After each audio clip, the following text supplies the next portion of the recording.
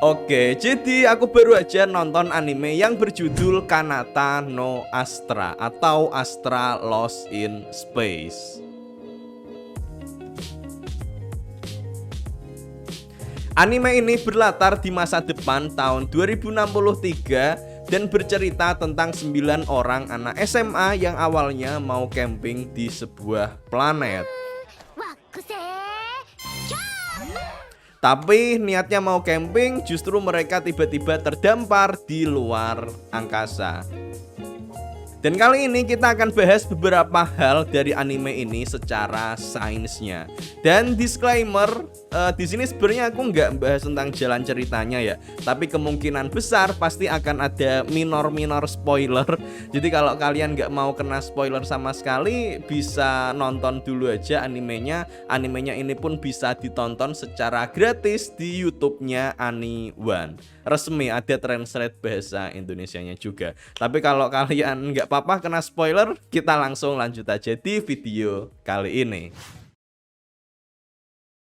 Tentu saja ini adalah sebuah anime fiksi, yang artinya adalah bahwa tidak semua halnya itu sesuai dengan sains, dan gak ada masalah juga. Dan gak seperti di Dr. Stone yang setiap episodenya itu ada teknis sainsnya, di anime ini itu lebih banyak di cerita dan petualangannya. Tapi gak apa-apa, itu gak menghalangi kita untuk bisa mempelajari sains dari anime ini, yang kita juga bisa lebih mengaguminya juga nanti. Dan kita akan mulai dari sini, teman-teman.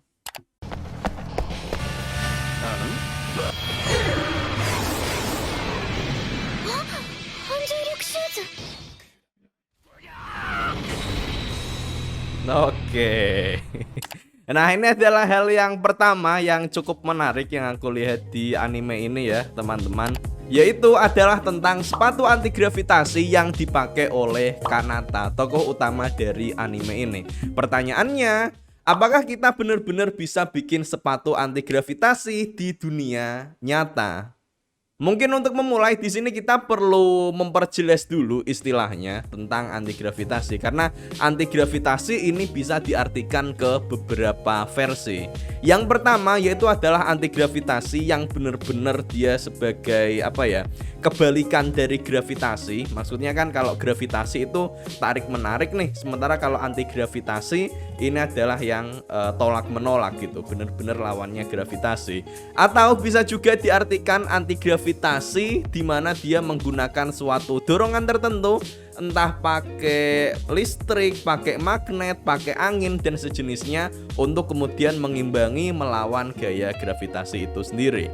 Dan dalam hal ini sepertinya sepatu yang dipakai Kanata ini masuknya adalah di definisi yang kedua itu tadi. Kenapa kok gitu? Karena di sini kalau kita lihat nih di sepatunya ini kan ada kayak dorongannya kan, ada jetnya. Entah pakai apa di sini dia. Tapi yang pasti di sini dia lebih ke sistem pendorong gitu loh, bukan yang benar-benar anti dari gravitasi itu sendiri. Di sini kayaknya dia makainya apa ya? Jet mungkin, plasma atau ion thruster, entahlah. Cuman kalau kita tarik ke dunia nyata, biasanya kalau cuman seukuran segini sih ini belum bisa untuk sampai membantu ngangkat orang atau lompat lebih tinggi. Belum sampai seperti itu. Tapi ini cuman dugaanku aja untuk sepatu anti gravitasi ini, yang mungkin aja ini bisa keliru karena di anime ini ceritanya itu manusia udah sangat-sangat canggih dan mereka udah memiliki kemampuan untuk mengotak-atik gravitasi. Yang ini itu juga bisa kita lihat dari scene selanjutnya.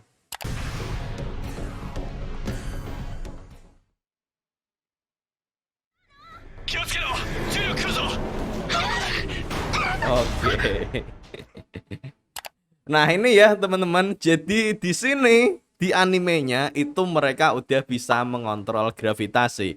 Yang bisa dibuktikan karena ini ketika mereka masuk ke pesawat luar angkasa, awalnya melayang-layang kayak gini, ketika dinyalain mereka langsung jatuh, langsung ada gravitasi. Ini tuh mereka kayak istilahnya nyalain gravitasi itu udah kayak tombol on off aja gitu loh di lampu, kayak segampang itu. Entah kapan kita bisa memiliki teknologi yang bisa secanggih ini.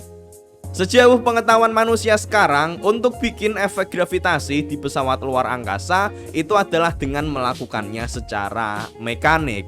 Salah satunya ini bisa dilakukan dengan memiliki sebuah bagian di pesawat itu yang nanti diputer-puter. Yang ini mirip kayak yang ada di film Interstellar, terus juga The Martian, terus juga yang apa sih, Space Odyssey dan lain sebagainya.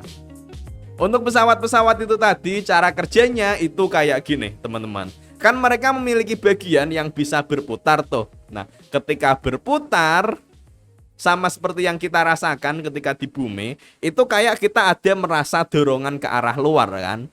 Nah, itu dia yang dimanfaatkan untuk mensimulasikan efek gravitasi teman-teman. Ini pun juga yang dipakai NASA untuk melatih para astronot pas di bumi untuk mensimulasikan nilai gravitasi tertentu yang mungkin nilainya di atas gravitasi bumi. Itu begitu ya kalau di dunia nyata, tapi entah bagaimana kalau di anime ini, karena dia bisa benar-benar ngatur gravitasi kayak segampang itu, kayak tinggal on off aja. Gimana kira-kira teman-teman? Gravitasi sendiri itu disebabkan oleh adanya lengkungan ruang waktu. Salah satunya karena ada beban massa. Nah, idenya untuk kita bisa mengatur gravitasi biar nilainya berubah itu adalah dengan merubah lengkungan ruang waktu itu. Entah gimana caranya selain yang pakai massa. Aku pernah baca sih, jadi memang ada ilmuwan-ilmuwan yang fokus penelitiannya itu memang mencari anomali atau hal yang aneh perubahan dari nilai gravitasi, dan mereka menggunakan berbagai macam metode, salah satunya pakai superkonduktor, medan magnet dan lain sebagainya. Yang dari situ mereka sebenarnya kayaknya pernah ada yang berhasil ya melakukan perubahan nilai gravitasi, tapi itu nilainya sangat kecil yang mungkin ya belum ngefek lah ya kalau ke manusia. Cuman yang namanya sains pasti nanti dia akan berkembang, dan mungkin saja kalau itu terus-terus dikembangkan kita bisa bikin alat pengatur gravitasi seperti yang ada di anime ini. Mungkin masih ratusan tahun lagi atau ribuan tahun lagi.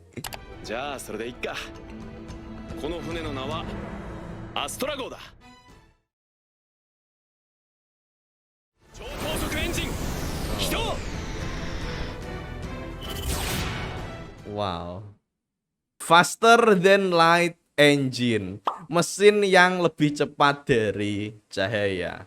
Nah, dari scene ini tadi kita bisa lebih yakin lagi kalau kemampuan mengubah gravitasi di dunia anime ini itu emang udah top di atas top, paling top banget lah pokoknya. Sampai di sini dia bisa melakukan traveling dengan kecepatan lebih dari cahaya, faster than light travel. Jadi kalau kita tarik ke dunia teoritisnya di fisika, salah satu cara untuk melakukan perjalanan lebih cepat dari cahaya itu adalah dengan menggunakan warp drive, atau lebih tepatnya Alcubierre drive. Ini konsep yang benar-benar ada di fisika, dibuat oleh ini fisikawan namanya Pak Miguel Alcubierre tahun 1994, dan ini secara teorinya ini itu masuk secara fisika teman-teman. Lengkap lah ini. Ini adalah gambaran dua dimensinya dari alat warp drive itu, dari spaceship yang memanfaatkan warp drive. Jadi yang di belakangnya ini ruangnya dilengkungkan ke arah atas, sementara yang di depannya di sini dilengkungkan ke arah ke bawah. Yang akibatnya dari perbedaan lengkungan ruang ini nanti dia bisa bergerak maju, bergerak yang bahkan ini secara teori mungkin untuk lebih cepat dari cahaya. Yang perlu diingat ini cuman ilustrasi dua dimensi aja ya teman-teman, untuk lebih memudahkan. Aslinya kan ruang kita itu aja ruang 3 dimensi, jadi juga nggak seperti ini lengkungannya. Cuman yang pasti warp drive ini memang dimungkinkan secara fisika, seenggaknya secara hitung-hitungan teorinya itu masuk lah pokoknya. Walaupun problemnya ada suatu masalah di sini. Untuk melakukan warp drive ini itu dibutuhkan materi bermassa negatif alias exotic matter atau dark matter, terutama untuk bikin yang bagian belakang ini. Karena kalau yang massa biasa dia kan melengkung yang ini ya. Sementara kalau yang pakai dark matter dia akan lengkungannya seperti ini. Nah, yang jadi masalah adalah kita masih belum tahu dark matter itu beneran ada atau tidak. Ya secara teori mungkin ada ya, tapi kita belum punya bukti dan kita pun nggak tahu gimana cara mengujinya. Dan selain itu, kalaupun memang dark matternya bisa beneran ada dan bisa beneran didapat, akan dibutuhkan energi yang sangat besar untuk menghasilkan gerakan sehingga dia bisa lebih cepat dari cahaya, yang secara pengetahuan fisika kita sekarang itu masih rada jauh. Mungkin ribuan tahun lagi kita baru bisa.